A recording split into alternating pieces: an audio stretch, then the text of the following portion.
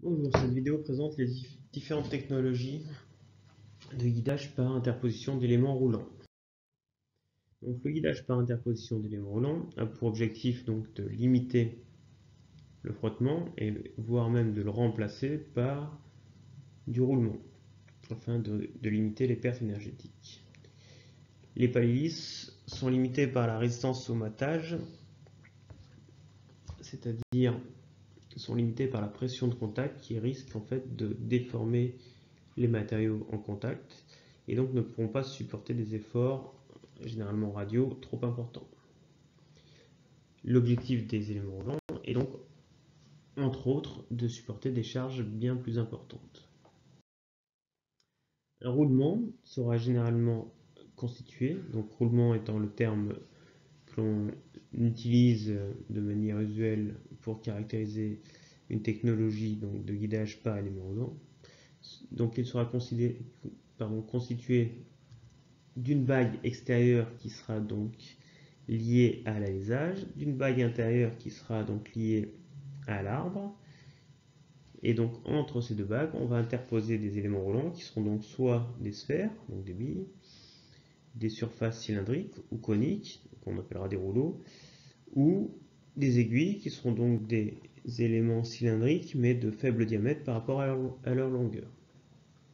Pour garantir l'espacement entre chacun de ces éléments roulants, on pourra utiliser ce que l'on appelle une cage qui n'aura donc aucun rôle dans la transmission des efforts ou des vitesses entre les différentes pièces. On pourra avoir différents types d'éléments roulants. On choisira ce type d'élément roulant en fonction donc des efforts à transmettre. Donc trois cas généraux sont à considérer. Soit on transmet des charges radiales pures, donc que des efforts suivant les rayons et aucun effort, donc ici x égale à 0, aucun effort suivant l'axe. Donc là, les éléments roulants à rouleau ou à aiguille vont être très adaptés, puisqu'ils ne peuvent transmettre d'efforts axiaux, mais vu leur grande surface, pourront transmettre des efforts radiaux importants. Dans le cas où on va avoir à transmettre des charges à la fois axiales et radiales, les éléments roulants à billes ou à contact oblique avec des rouleaux coniques, ou ce que l'on appelle donc des butées, donc non pas des roulements mais des butées qui vont se placer non pas entre deux surfaces cylindriques mais entre deux plans parallèles, seront donc adaptés. Dans le cas où on a à transmettre uniquement des charges axiales, donc suivant l'axe de guidage, les butées seront adaptées, donc elles se placeront non pas comme les roulements entre deux surfaces cylindriques, mais entre deux plans parallèles. Donc on pourra rencontrer des butées à billes ou des butées à aiguille, ou encore une fois les butées à rouleau conique. Donc c'est donc la direction des efforts à transmettre qui va nous orienter vers le choix de la technologie à utiliser. Rapidement, une petite revue des différentes caractéristiques des principaux types de roulement. Le roulement à billes à contact radial, qui est le roulement classique que l'on rencontre souvent et que l'on représente généralement, donc permettra de transmettre des efforts radiaux et axiaux. Les roulements à une ou deux rangées de billes à contact oblique, donc le contact oblique nous permettra d'augmenter les efforts axiaux que l'on pourra transmettre. Donc, il sera donc très adapté pour pouvoir transmettre des efforts axiaux plus importants. Lorsque l'on aura plusieurs rangées de billes, ça nous permettra donc d'augmenter la charge à transmettre. Alors attention, le contact oblique va nous permettre de transmettre les efforts, mais que dans un seul sens. Donc la direction du contact, ici on voit la direction du contact entre les deux points de contact, le point de contact de la bille avec la bague extérieure, et ici le point de contact avec la bille et la bague intérieure. Donc cette direction là va nous permettre de transmettre donc des efforts de l'arbre sur l'alésage, de la droite vers la gauche, ou de l'alésage sur l'arbre de la gauche vers la droite. Ici un roulement à 2 rangées de billes à rotule. Donc à rotule, pourquoi? Puisque les 2 rangées de billes vont être faites de telle manière que le contact ici, donc on voit ici dans sa représentation conventionnelle, la direction des contacts vont se couper donc au niveau de l'axe de révolution et donc ne seront pas adaptés en fait à transmettre des efforts axiaux. Il permettra en fait d'avoir un grand angle de rotulage permis pour éventuellement attraper des erreurs de fabrication. Ici, le roulement à rouleau cylindrique, donc on l'a déjà vu, permettra uniquement de transmettre des efforts radiaux. On voit ici d'ailleurs que le rouleau en contact avec la bague extérieure ne possède pas d'arrêt axiaux et donc ne pourra pas transmettre d'efforts axiaux.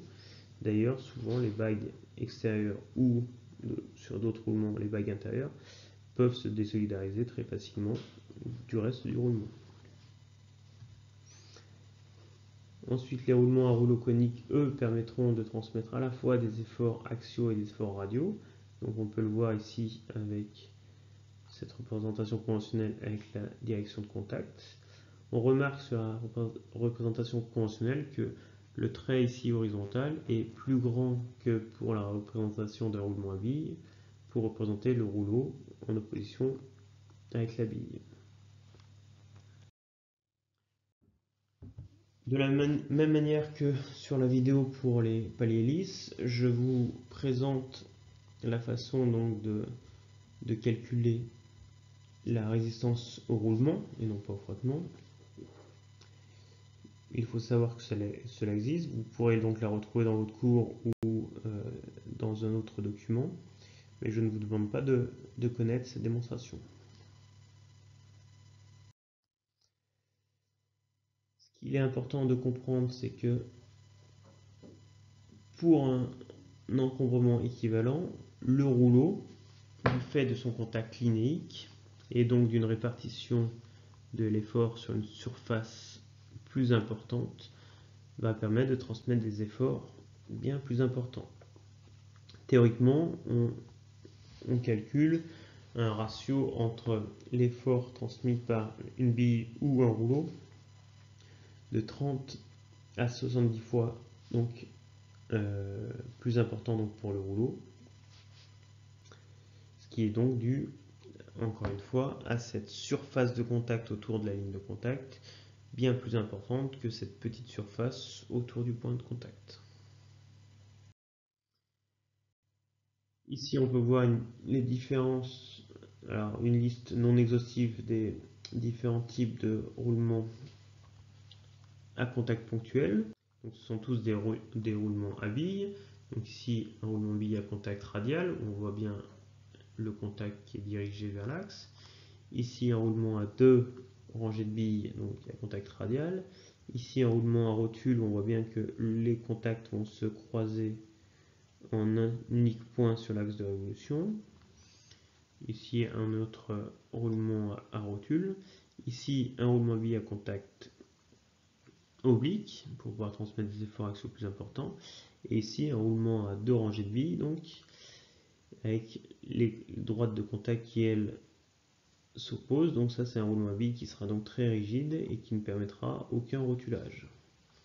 Le fait d'avoir les contacts obliques va donc augmenter théoriquement la longueur de guidage de notre roulement. Pour les roulements à contact linéique, on voit ici des roulements à rouleau, où ici le rouleau est donc solidaire de la bague intérieure, et donc la bague extérieure peut se désolidariser. Ici c'est le contraire, le roulement peut se désolidariser de la bague intérieure, puisqu'on voit que les arrêts axiaux sont réalisés sur la bague extérieure. Ici on a un roulement particulier avec un arrêt axial d'un côté sur la bague intérieure.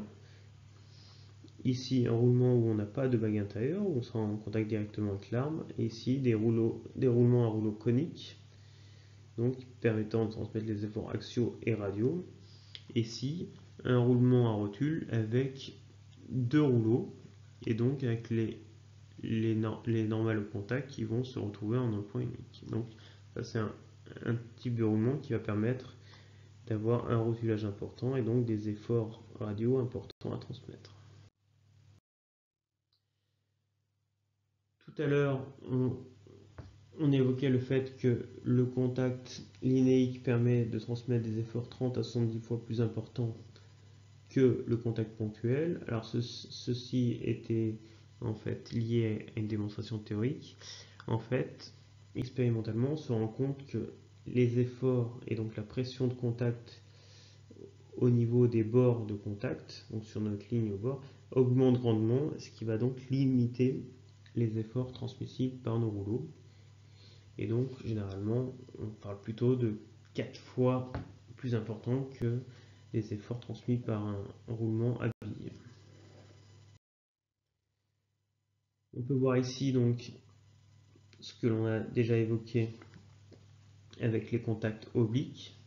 Donc il faut bien comprendre que l'ensemble des contacts par les différents éléments roulants vont donc être tous concourants en un unique point sur l'axe de révolution. Ce type de roulement sera donc très adapté pour transmettre des efforts à la fois radio, donc sur le rayon, mais aussi axiaux, puisque les droites de contact donc auront une composante selon l'axe. Si l'on considère la vitesse de roulement en chacun des points de contact, donc la vitesse relative entre les éléments roulants et les bagues, on va se rendre compte que pour une bille, vu que l'on a un unique point de contact, peu importe la direction de cette vitesse, on pourra avoir du roulement sans glissement. Par contre, si on est sur un élément roulant qui est un rouleau, il va avoir donc une rotation propre autour de son axe de révolution, et s'il veut tourner autour d'un axe qui est par exemple orthogonal à son axe de révolution ici, et ben les différents points de contact ici ne sont pas forcément à la même distance que l'axe de révolution, et donc les vitesses dues au mouvement de rotation global seront différentes, ce qui est contradictoire avec le mouvement de rotation propre du rouleau. Donc il faudra donc adapter la géométrie de ces rouleaux et donc obtenir des rouleaux coniques pour limiter le glissement lors du roulement et donc obtenir du roulement sans glissement. Donc les éléments à rouleau cylindrique ne pourront être utilisés qu'uniquement sur des éléments à rouleau donc tournant sur un axe parallèle à l'axe de rotation du montage. Dès que l'on utilisera des éléments donc à contact oblique ou alors des butées, il faudra utiliser des éléments à rouleau conique. Donc on peut voir ici un montage à rouleau conique où on voit que les génératrices du cône en fait vont venir s'intersecter en un point qui sera situé sur l'axe de révolution de notre montage, donc l'axe de rotation du montage. Donc ce sera généralement des cônes avec un angle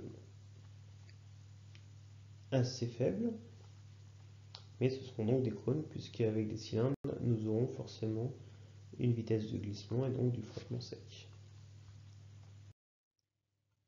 Le problème de cette géométrie conique va forcément imposer que la direction de transmission des efforts ne sera pas exactement la même entre la bague extérieure et le rouleau et que celle entre la bague intérieure et le rouleau. Donc cette différence de direction va forcément créer une résultante qui va tendre à éjecter notre rouleau vers l'extérieur, et donc il faudra mettre une butée sur la bague intérieure ici, et que cette butée qui sera donc là pour encaisser cette petite résultante suivant l'axe du cône va générer un frottement sec au niveau de notre roulement.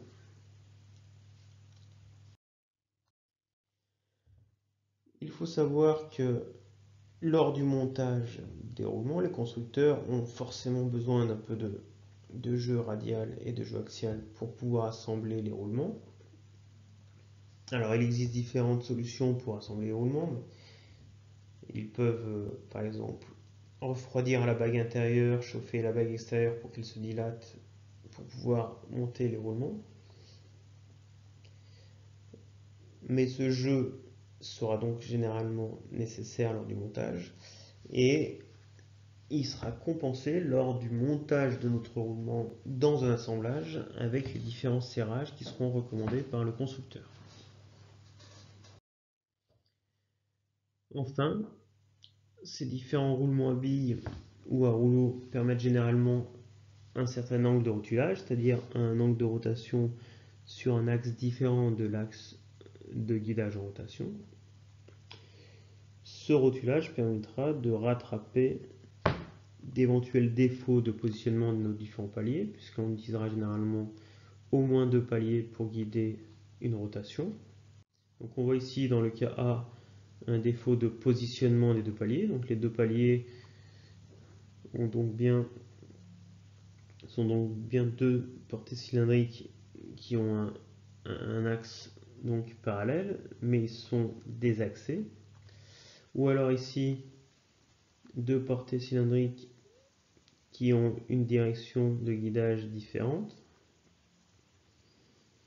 Ou alors, encore une fois ici, on a un effort qui va tendre à faire fléchir notre arbre et donc à lui donner une courbure. Et donc dans ces 3 cas de figure, le rotulage de chacun de nos roulements permettra donc de rattraper les défauts donc dus soit à la fabrication, soit aux efforts en fonctionnement.